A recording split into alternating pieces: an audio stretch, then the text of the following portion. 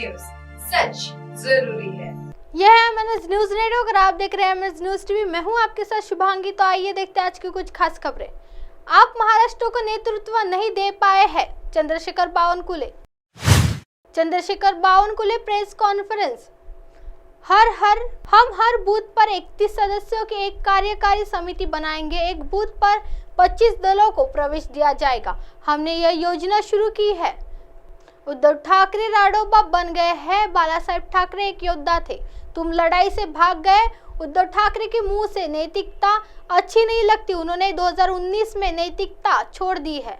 जब लोगों ने आपकी पार्टी छोड़ दी तो आप एक पार्टी नेता के रूप में विफल रहे। आप महाराष्ट्र को नेतृत्व नहीं दे सके और आप पार्टी को यह नेतृत्व नहीं दे सकते। संवैधानिक सरकार तभी बनी जब उद्धव ठाकरे ने इस्तीफा दिया। उद्धव ठाकरे बार बार सरकार को असंवैधानिक बता रहे हैं, तो हमें इसके खिलाफ कोर्ट जाना चाहिए। एकनाथ शिंदे को मंत्रिमंडल विस्तार का पूरा अधिकार है। उद्धव ठाकरे अगर पार्टी छोड़ देते हैं तो वो नहीं सुधरेंगे। उसने उन 4-5 लोगों से गिरफ्तार किया जो उसके पक्ष में है। उद्धव ठाकरे के पास अब रोकने के अलावा कुछ नहीं बचा है। उद्धव ठाकरे रोते हुए भाषण देते हैं, वे राडोबा बन गए हैं। शरद पवार को खुद लगता है कि मेरा फैसला गलत है। महाविकास आघाड़ी का नेता चुनने में गलती हुई थी। उद्धव ठाकरे के खून में विकास का कोई विजन नहीं है। संजय राउत कांग्रेस के नहाने के साबुन का इस्तेमाल करते हैं, जबकि एनसीपी के पाउडर का इस्तेमाल करते हैं। शरद पवार के तिलक माथे पर लगाते हैं और शिवसेना को साफ किया जाता है। और यह स्थिति इसलिए हुई है क्योंकि संजय राउत ने यह पाउडर लगाया था। तुम क्या थे, तुम क्या हो गया, संजय राउत। हमारे प्रवक्ता नीतीश राणे संजय राउत की जमकर तारीफ करते हैं। फडणवीस का श्रृंगार है विकास। संजय राउत क्या अपनी नर्सरी स्कूल के बारे में जानते हैं? देवेंद्र फडणवीस की डिग्री मजबूत है, इसकी तुलना उनके नाखून से नहीं की जा सकती। देवेंद्र जी ने उद्धव जी की जितनी परवाह की उतनी किसी ने नहीं की।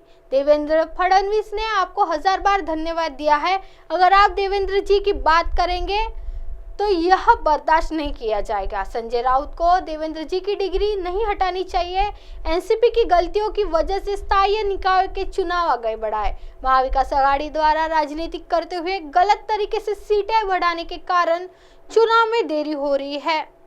चुनाव कल भी हो जाए तो हम कामयाब होंगे। एनसीपी ने इसे लेकर सुप्रीम कोर्ट और हाई कोर्ट में याचिका दायर की है। उन्हें याचिका वापस लेनी चाहिए। हम चुनाव के लिए तैयार हैं। लोकसभा के लिए एनसीपी और कांग्रेस के उम्मीदवार नहीं मिलेंगे। भाजपा कर्नाटक में 100 से अधिक सीटों के साथ सत्ता में आएंगी। यह इस बात पर निर्भर करेगा कि हमारे नेतृत्व ने लोगों में विश्वास कैसे जगा। शरद पवार का इस्तीफा घरेलू तमाशा है। इस्तीफा दिया था, न खून को मौका देना चाहिए था। अजित दादा सुप्रिया ताई के पास मौका था, लेकिन वो इस्तीफा नहीं देना चाहते। क्या एनसीपी ने कभी 100 से ज्यादा विधानसभा सीटें चुनी है? अजित दादा पिछले 6 महीने में हमसे कभी नहीं मिले। महाविकास आघाड़ी में कुछ नेता उनकी छवि खराब करने की कोशिश कर रहे हैं। देवेंद्र जी जब 2024 में बजट पेश करेंगे तो हैरानी की बात यह है कि कोलन टकलर नजर आएंगे। राष्ट्रीय अध्यक्ष 17 व 18 को प्रदेश आएंगे। उद्धव ठाकरे को जहां जाना है वहां जाए। अब उनके पास करने को कुछ नहीं बचा। विधानसभा अध्यक्ष के खिलाफ दोबारा सुप्रीम कोर्ट जाने को लेकर बावनकुले ने ठाकुर को जमकर लताड़ा। जिस दिन भारत जोड़ो यात्रा नांदेड़ और शेगांव जा रही थी, लोग बीजेपी में शामिल हो रहे थे। कांग्रेस को इस बार लोकसभा में पिछली बार के मुकाबले में कम सीटें मिलेगी। घर चलो अभियान कार्यक्रम आहे। प्रत्येक बूथवर 31 सदस्यांची कार्यकारी समिती आम्ही बनवणार आहोत आणि या समितीच्या माध्यमातून मोठ्या प्रमाणावर बूथवर किमान 25 पक्ष प्रवेश,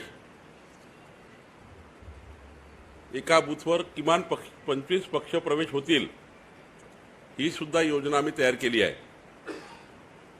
या प्रवासामध्ये मोठ्या प्रमाणावर पक्ष प्रवेशही होत आहे। उद्धवजीकडली शिल्लक सेनाचे अनेक कार्यकर्ते ती सेना किंचित करण्याकरता भारतीय जनता पार्टीत प्रवेश करतात आहे। काँग्रेस आणि राष्ट्रवादी काँग्रेसचे मोठ्या प्रमाणावर पक्षप्रवेश होत आहे. खरं तर पुन्हा एकदा या महाराष्ट्रामध्ये 48 लोकसभा आणि 200च्या वर विधानसभा भाजप सेना युतीच्या माध्यमातून संघटनेच्या ताकदीवर निवडून याव्यात, ही आमची या योजनेचा भाग आहे. लवकरच 288 विधानसभेकरता निवडणूक प्रमुख आम्ही देणार आहोत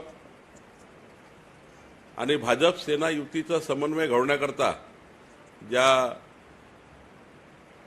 शिवसेनेला जे उमेदवार जातील तिथेही भाजपाचा निवडणूक प्रमुख असणार आहे. एकीकडे महाराष्ट्रामध्ये डबल इंजिन सरकारच्या माध्यमातून होणारे विकास कामं आणि आता 9 मार्च 2024चं जे बजेट आलं,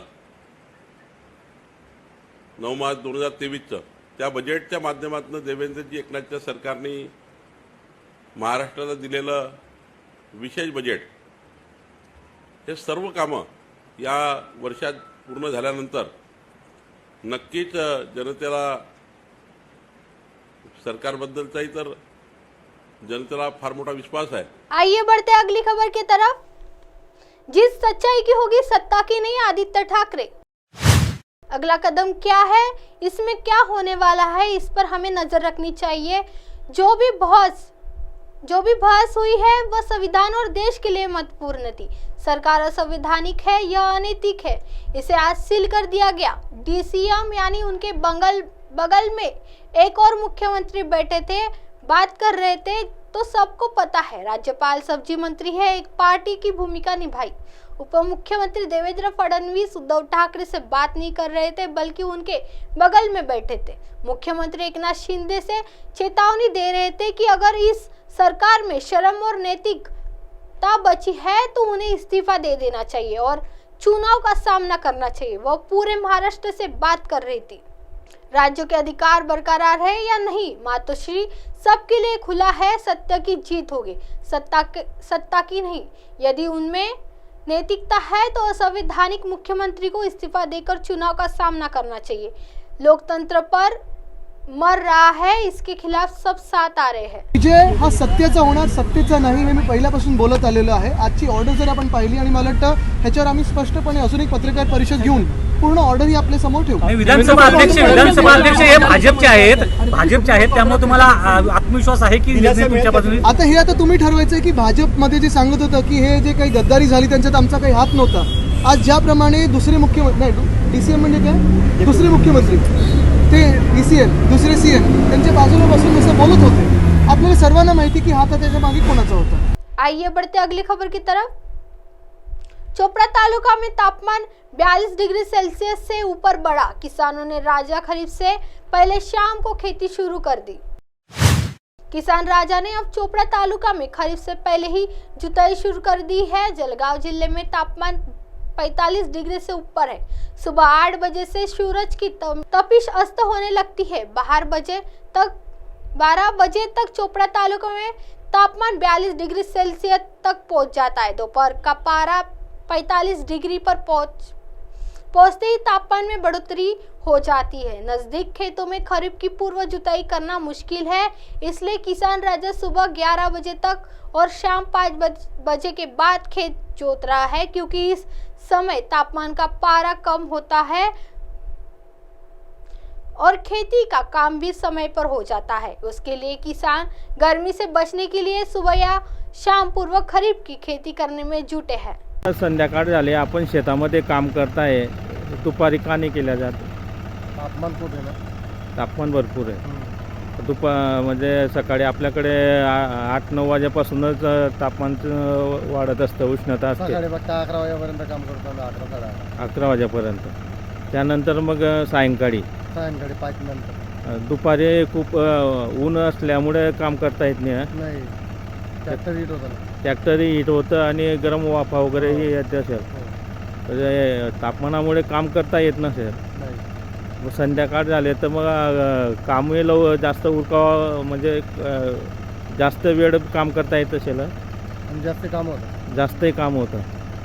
ट्रॅक्टरला विचारायचं होतं संध्याकाळी. अच्छा, म्हणजे ट्रॅक्टर जे आहे तेही हिट होत नाही. हीट होतं. अच्छा, म्हणजे जे आपल्याकडे जे 45 डिग्री सेल्सिअसच्या वरती जे आता तापमान आहे हो. त्यामुळे आता शेतकरी जे वर्ग जो आहे मशागतीसाठी सायंकाळी व सकाळीच काम करताना सकाळी तसं योग्य वेळ कुठले काम करायला?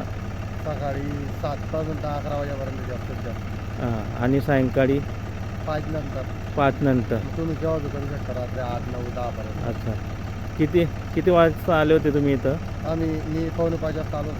हां, आता किती पूर्ण हे रोटा मारण्याचं काम झालं? क्षेत्र किती आहे आपलं 3 हे? एकर आहे. 3 एकर. म्हणजे 1 तासात 1-1.5 तासात पूर्ण होऊन गेलं आहे. हां, 1.5 तासाने अजून अर्धा तास. 2 तास असतात. 2 तासात पूर्ण होऊन जाईल. लगेच मग घरी जाता येईल आपल्याला. लई गरीब आहे. म्हणजे उन्हाच्या तापमानापासून भी बचाव होईल आपला. हो. अब आप हमारे चैनल को आपके मोबाइल पर भी देख सकते हैं। मोबाइल ऐप पर देखने के लिए play store Amazon news TV apps download करें। इंस्टा, ट्विटर, हाईकुक, फेसबुक और कई सोशल मीडिया के प्लेटफॉर्म पर हमारा चैनल उपलब्ध है। आप इसे यूट्यूब पर भी देख सकते हैं। आप हमारे चैनल को लाइव भी देख सकते हैं www.amazonnewstv.com पर। फिलहाल वक्त तो चला है दर्शकों ब्रेक का। ब्रेक से लौटने के बाद देखिएगा देश और दुनिया की तमाम खबरें। बनी रही है अमेज़न न्यूज़ टीवी पर। नमस्कार।